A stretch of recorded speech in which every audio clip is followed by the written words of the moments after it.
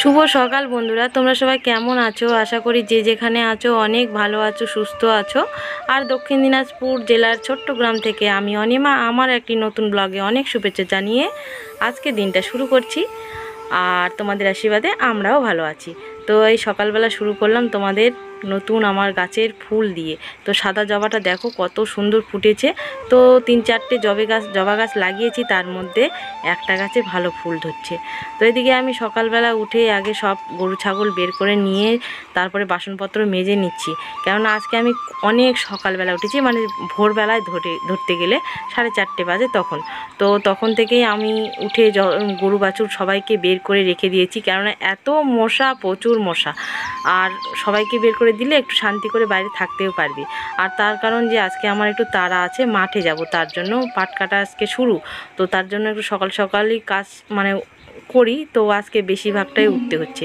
তো এদিকে ওর বাবা আমি দুজন মিলে নিয়ে চলে যাচ্ছি মানে মাঠে। তো ওর বাবা একটু ইউরিয়া নিয়েছে, মাঠের মানে বিচন বাড়িতে ছিটিয়ে দেবে, কেননা বিচন বাড়িতে আমাদের ইউরিয়া দেওয়া হয়নি। তো এখানে ওর বাবা দেখো হালকা করে ছিটিয়ে দিচ্ছে। আর আমি এসেছি, কিন্তু কেউ এখনও ভালো করে ওঠেনি, মাঠে আসেনি। প্রথম আমরা মাঠে চলে এসেছি, কেননা সকাল সকাল আমাকে মাঠে না আসলে ভালো লাগে না। মানে রোদ দুপুরবেলা হলে রোদ হয়, তখন কাজটা মানে এনার্জি পাই না। আর সকাল সকালে আসলে একটু এনার্জিও পেয়ে যায়। তো চলে আসলাম মাঠে, এখন দুজন মিলে যায় পাটের সঙ্গে যুদ্ধ করব। তো পাটগুলো পড়ে গেছে, তো কি করবে এখন যে কাটিতে, চলো সঙ্গে থাকো, সাথে থাকো। এদিকে আমাদের ইউরিয়া ছিটা হয়েও গেল। তো ওখান থেকে চলে আসলাম পাট বাড়ি। দেখো পাটের কি অবস্থা, দেখে মাথা ঘুরে যাচ্ছে। ওর বাবা তো দাঁড়িয়ে আছে, ও কি জ্বালা, কেমন করে কাটি। মানে প্রথম দিন একটু অসুবিধাই লাগে। তো যাক, আমি এখন জামা কাপড় পরে রেডি হয়ে যাচ্ছি। তো এখন কেটে আসছি। আমরা একটু খেয়ে নিলাম জল আর মুড়ি নিয়ে এসেছিলাম। এই যে ওর বাবা খাচ্ছে আর আমি একটু খেয়ে নিলাম। আমার মুড়ি অতটা পছন্দ লাগে না, তো একটু দেরিতে বাড়িতে যাব, একটু একটু কাটি। আর পাটগুলো যেন তো পড়ে গেছে, তার মানে বিরক্ত লাগছে।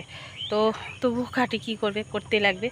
আর সবাই কাটে মানে শেষ করে দিচ্ছে, আমরা বাকি আছি। আর এই কয়েকটা পাট আছে, তাছাড়া সবাই কাটতেছে। আর যা গরম, আর ফুল হাতে জামা পরে আমি কাজই করতে পারি না। তো একদম পরে কথা হচ্ছে।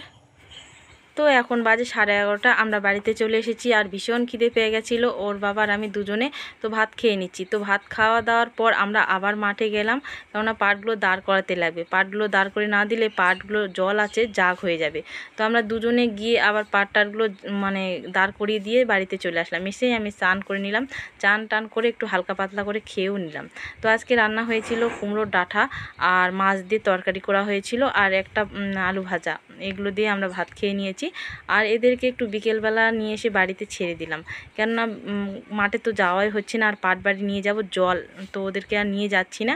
ওই জন্য বাড়িতে একটু অনেক ঘাস হয়েছে, এদেরকে ছেড়ে দিলাম। আর বাছুরটাও চলে এসেছে দেখো, তো এদের সঙ্গে অত্যাচার করছে। আর এদেরকে দেখছি কেন, এখানে গাঁদা ফুলের গাছ লাগিয়েছি।